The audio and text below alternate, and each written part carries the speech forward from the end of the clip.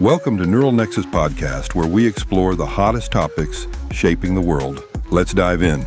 All right, so are you ready to dive back into the world of Squid Game? Oh, absolutely. I mean, season 1, it left us all kind of hanging there, right? Talk about a cliffhanger. Seriously, all those deadly games, the players desperate to win, that insane cash prize. And then that ending, like what even was that? People are dying to know what happens next, and we're going to break it all down right here, right now. Plus, get this, they filmed season 3 back to back with this new season. Wow, they must have a lot of faith in the show. Yeah, for sure. Netflix is all in.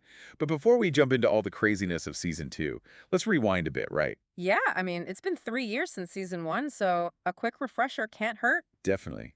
Just to jog everyone's memory, season 1 was all about Song Gi-hun, Our guy, the everyday guy, the down-on-his-luck gambler, just drowning in debt. like a lot of the players. Exactly. He was Okay. just desperate for a chance, like any chance to win some money and change his life, you know? And he did win, but... Yeah, it was a bittersweet victory. Like, at what cost? Right. It really made you think, what does winning even mean in a system like that? It was so messed up. And then to top it all off, we found out who the front man was. Oh, man, talk about a twist. Right. The person behind it all, the one running those terrifying games, a previous winner. It blew everyone's minds. It added this, like, whole new layer to the story, didn't it? For sure. And we can't forget about those elites watching the players suffer. Like it was some kind of sick entertainment. It was a brutal critique of power. That social commentary, that's what gave the show its edge, I think. Absolutely. Okay, so season 2, 7 brand new episodes dropped December 26th, 2024. We jump forward 3 years, and Gi-hun, well, he's not exactly living the dream. Not even close. He was supposed to go see his daughter in the U.S., but he ditches that plan. Goes in a whole other direction. Yeah, he's decided to go after the people running the games. Big change for him. He's not a player anymore. He wants to bring the whole thing down. And remember Hwang Jin-ho, the cop who was investigating the games? Yeah, what about him? Well, I mean, didn't he? At the end of season 1, he fell, right, to his death. Oh, a lot of people thought that. Mm-hmm. But guess what? He's back. No way. He survived, and he's looking for Gi-hun. Makes things even more interesting, right? So they're both trying to take down the games, but, like, from totally different sides. You got it. Plus, there's another layer. Jun-ho is now working with the military. Whoa. Okay, that changes things. And the prize money, Don't even get me started. bigger than ever, right? Way bigger. We're talking 45.6 billion, Mhm. over 34 million US dollars. Wow.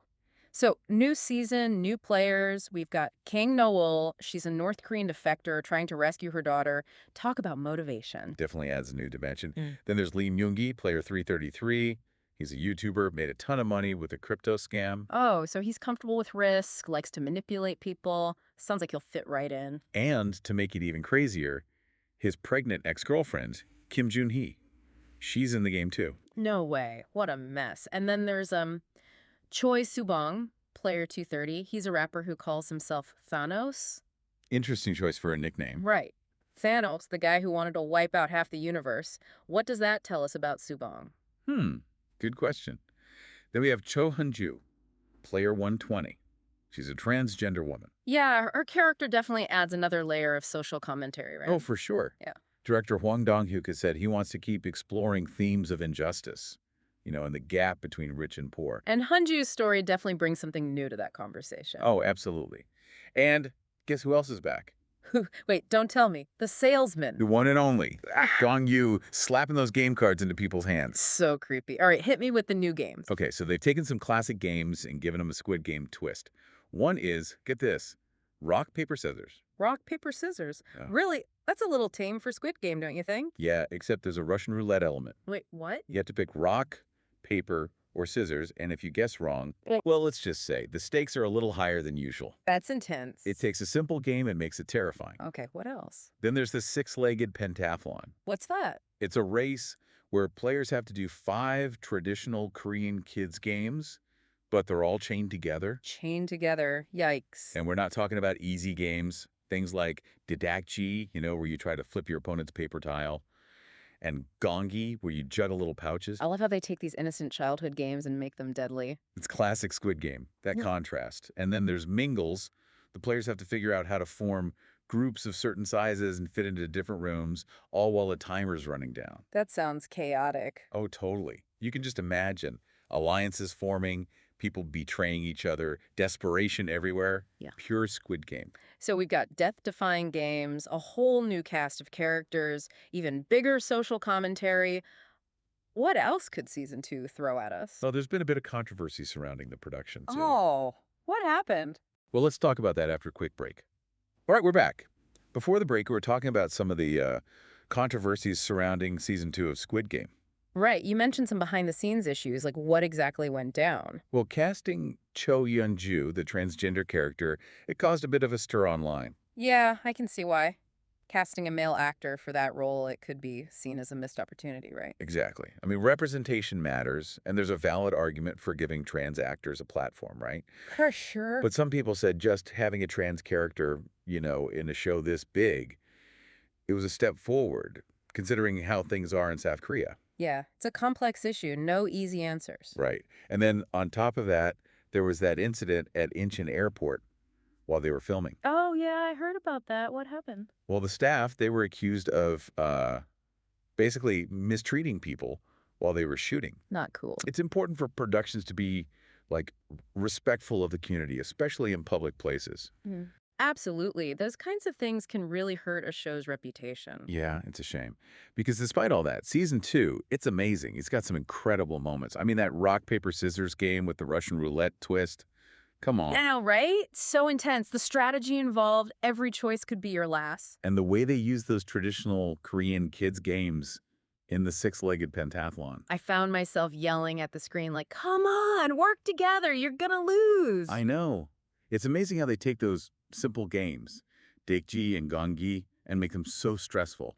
For anyone who's not familiar with dakji, it's played with these folded paper tiles, and you have to like flick yours to try and flip your opponent's tile. It's harder than it looks. Yeah, it takes a lot of skill. And then gongi, it's kind of like jacks. Yeah, you toss and catch these little pouches. Yeah. The pentathlon really showed how important those games are in Korean culture. It was a cool addition. And mingles, oh man, that one stressed me out. Total chaos. Scrambling to make groups, betrayals, just pure desperation. Classic Squid Game.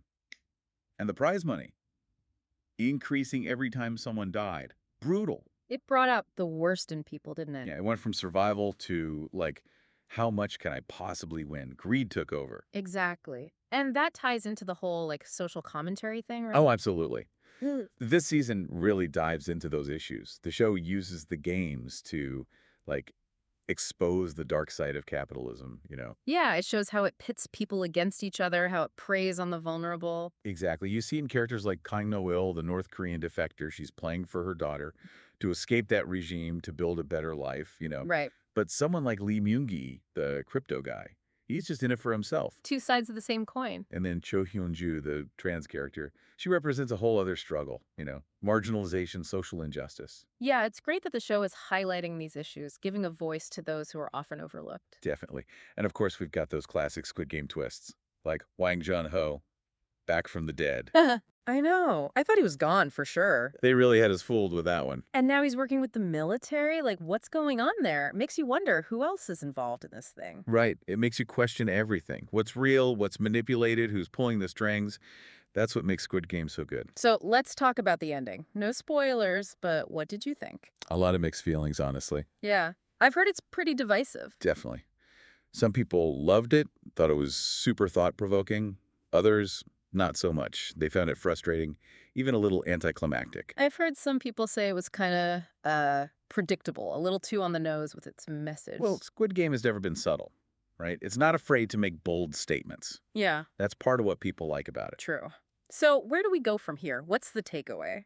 On one level, season 2 is just pure entertainment, thrills, suspense, But on another level, it really makes you confront some uncomfortable truths about ourselves, about society. About the choices we make when we're desperate. Exactly. And it leaves you with this question, this feeling of unease. Are we that different from those players? Would we make the same choices in those circumstances? That's scary to think about. Right. It's a powerful thought experiment. And that's what makes Squid Game so compelling. It's not just about the games, it's about what they reveal about us. Exactly. Okay, quick recap. Season 2, bigger prize pool, deadlier games, a more diverse cast of characters. Right. And the social commentary is sharper, more focused. Yeah. We're seeing more of the world outside the games, too. Kwang Dun-ho's return, him working with the military, it suggests something much bigger is going on. Makes you wonder how deep this thing goes. And the ending. Let's just say it leaves a lot of unanswered questions. I'm sure fans are going to be debating it for a while. So what does all this mean for season 3? Well, things are going to get even more intense, I think. Even more mind-bending. The creators have been hinting at even bigger twists. Huh. Buckle up. Speaking of twists, we need to talk about the symbolism in the show. Squid Game is packed with visual metaphors. There's meaning layered everywhere. Oh, absolutely. The symbolism elevates the show. It makes it more than just entertainment. Definitely. Like, take the pink jumpsuits worn by the guards, for example. They're so bright, so playful. It's almost jarring next to the drab green tracksuits of the players. It's all about that power dynamic, right? The guards with their bright uniforms, they're like the faceless authority, the system itself. And the players, just anonymous masses, cogs in the machine. Makes you think. And those shapes on the guards' masks, circles, squares, triangles, they're not just random, are they? Nope. Inspired by the Korean game Ojinjo game, of course. Yeah. But they also have deeper meanings. Oh, I was wondering about those. Break it down for me. Okay, so the circle, it represents the workers, the foundation of society, Got it. What about the triangle? The triangle, that's the soldiers, Yeah. enforcers. They maintain order, keep everyone in line. So power and control. Exactly. Yeah. And the square, that's the managers, the Yeah. overseers, the decision makers. It's a way of showing that rigid hierarchy, both within the game and, like, in the real world. Exactly.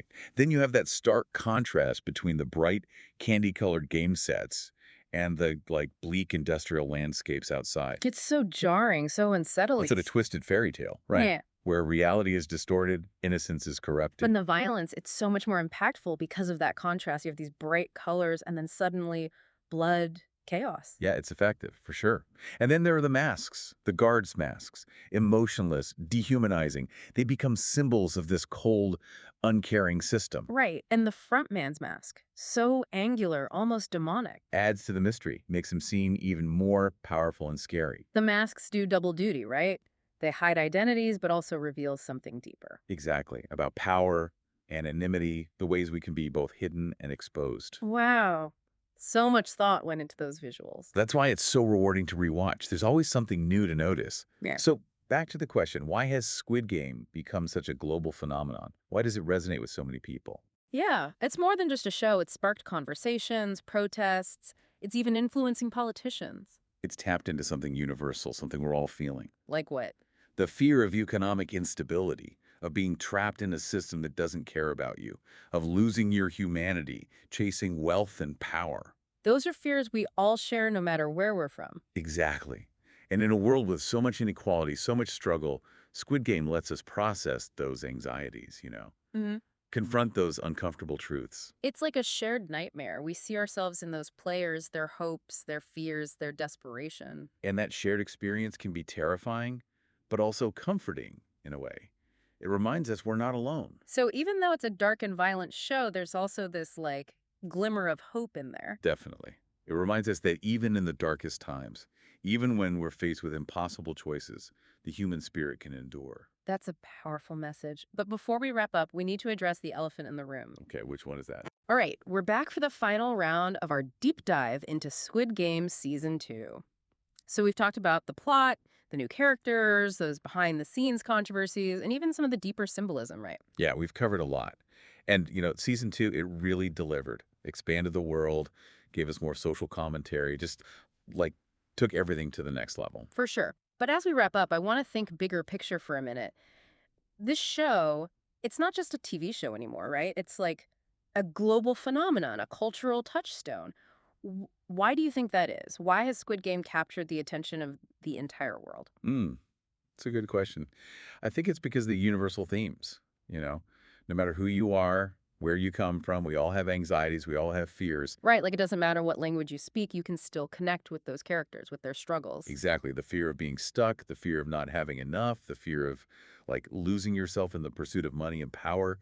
those are things everyone can relate to. It's like this show tapped into this global anxiety, this feeling that the system is rigged against us. Yeah, and it doesn't sugarcoat anything. It puts those harsh realities right in your face. And in doing so, it gets people talking. I mean, we've seen protests inspired by the show, debates about wealth inequality, even politicians referencing Squid Game. It's crazy. This fictional story is actually influencing the real world. And it's been huge for Korean entertainment too, right? Korean Yeah, culture, Korean storytelling.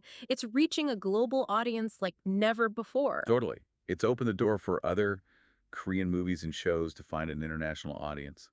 K-pop, Korean cinema, it's all blowing up right now. Squid Game kind of broke down those barriers, introduced a whole new world to a lot of people. It shows you the power of a good story. When it's told well, when it connects with something deep inside us, it can cross any border. So, looking ahead to season 3, what are you most excited about? What questions do you hope they answer? Well, I gotta know, how far does this thing go? I mean, with Hwang Junho's storyline, it seems like these games, they're not just in Korea. Right. Like, is there a global network? Who's the mastermind behind it all? Exactly. Those are the questions that need answering. And what about Gi-hun? What's going to happen to him? He's on a mission now. He's been through so much. Yeah, I can't wait to see what he does next. And knowing Squid Game, there are going to be some crazy twists and turns along the Oh, way. for sure. We'll be on the edge of our seats the whole time. But until season 3 drops, let's keep these conversations going, right? Let's keep asking those tough questions, keep challenging the status quo. Because the games might be fictional, but the choices we make in our own lives, those have real consequences. We got to choose wisely. Couldn't have said it better myself. Yeah. Thanks for joining us for this deep dive into Squid Game Season 2. We'll be back soon to break down even more movies, shows, and all the crazy stuff happening in our world.